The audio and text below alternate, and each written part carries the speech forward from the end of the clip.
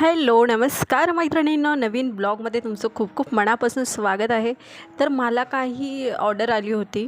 मी काही दिवसासाठी गावी गेली होती, पण गावी जायच्या आधी मला 2 ब्लाऊज असे आले होते की ती मला 17 म्हणजे मला असं सांगितलं होतं की 20 ते 21 तारखेपर्यंत साधारणतः मला दिलंच तरी चालेल. एक आहे पूजेसाठी आणि एक आहे लग्नासाठी. ही जी साडी आहे ना ती 20 तारखेला पाहिजे, पूजेला जायचं आहे तिला गावी.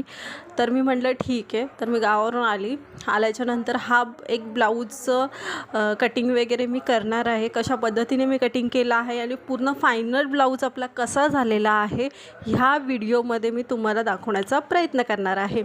तर ह्याची जे काही शिलाई आहे ती कस्टमरला मी कशी सांगितली हे सुद्धा मी तुम्हाला सांगते. जो पिंक कलरची जी साडी आहे त्याचा जो ब्लाऊज आहे ना तो सिंपल आहे. त्याला लेस आणि नाडी लावायची आहे आणि त्याचे आपण घेणार आहोत 220 रुपये शिलाई.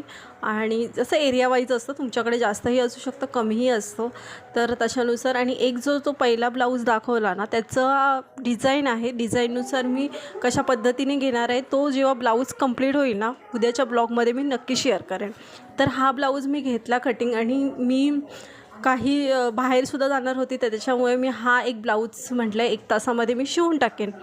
तर तसं मग फटाफट कटिंग करायला घेतलं, अस्तर घेतलं. अशा पद्धतीने मी डायरेक्ट कपड्यावरती कट केलं. ही जुनी कस्टमर आहे, तिने माझ्याकडे 2 ब्लाऊज पहिला ट्रायलला दिला होता, तो तिला आवडला. त्याच्यानंतर एक सिम्पलवाला ब्लाऊज तिने मला दिला, त्याच्यानंतर हा ब्लाऊज आणला.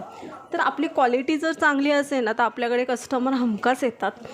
तर अशा पद्धतीने ही माझ्याकडे आलेली आहे. तर मी साधारणपणे तुम्हाला दाखवते आहे की मी कशा पद्धतीने डायरेक्ट कपड्याचं म्हणजे पुढचं आणि पाठचं एकत्र मी कट करते. अशा पद्धतीने कटोरीचं मार्किंग कशा पद्धतीने करते हे तुम्हाला थोडक्यात मी दाखवण्याचा प्रयत्न केला आहे.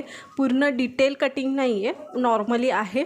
जर तुम्हाला डिटेल जर कटिंग कशा पद्धतीने मी करते हे जर सांगायचं असेल तर मला कमेंट सेक्शनला कमेंट करा, म्हणजे मी तुम्हाला नक्कीच शेअर करेन. तर अशा पद्धतीने जेव्हा अस्तर कट करून झालं ना, आता अस्तर कट झालं तर आपलं 50% काम होऊन जातं.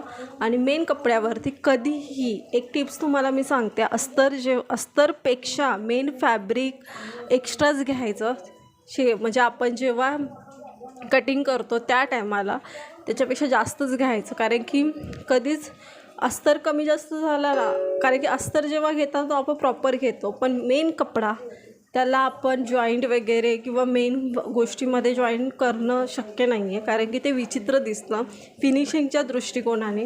त्याच्यामुळे आपण कधीही ह्या गोष्टीचा विचार करायचा की अस्तर कट करून घेतलं त्याच्यानंतर जे काही तुमचं ब्लाऊज पीस असेल ते प्रॉपर असं कट करून घ्यायचं, म्हणजे एक्स्ट्राच मार्जिन घ्यायचं. हे ते तुम्ही बघू शकता, मी एक्स्ट्रा मार्जिन एक्स्ट्रा कपडा घेतलेला आहे, जेणेकरून जेव्हा शिलाई मारून झालं ना जो काही एक्स्ट्रा असेल ना तो नंतर कट करायचा. नंतर कट केला तर काही इश्यू नाही होत, पण तो आपलं जेव्हा मेन अस्तर असतं त्याच्यापेक्षा जर आपला ब्लाऊजचा कपडा आहे तो कमी पडला ना तर पूर्ण ब्लाऊजची वाढ होते आणि तिथं जॉईंट आपण काहीच करू शकत नाही जास्त.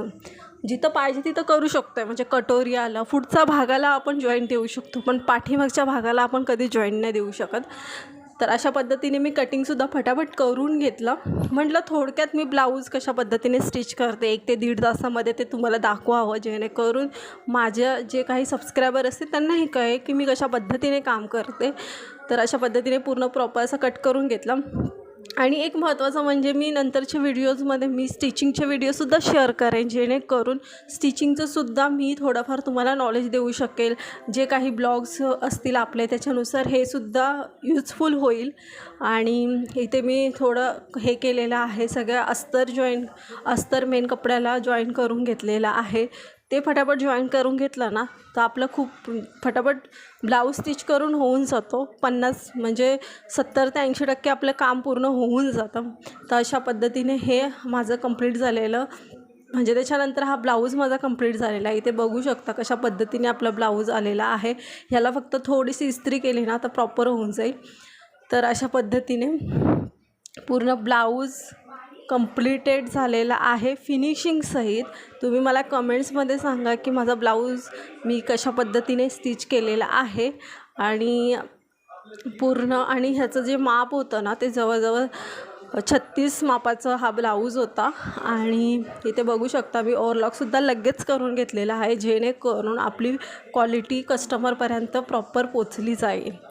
तर अशा पद्धतीने मी असं काम केलेलं आहे. असा माझा कंप्लीट ब्लाऊज झालेला आहे. तर असेच नवीन व्हिडिओ भेटण्यासाठी थँक्यू.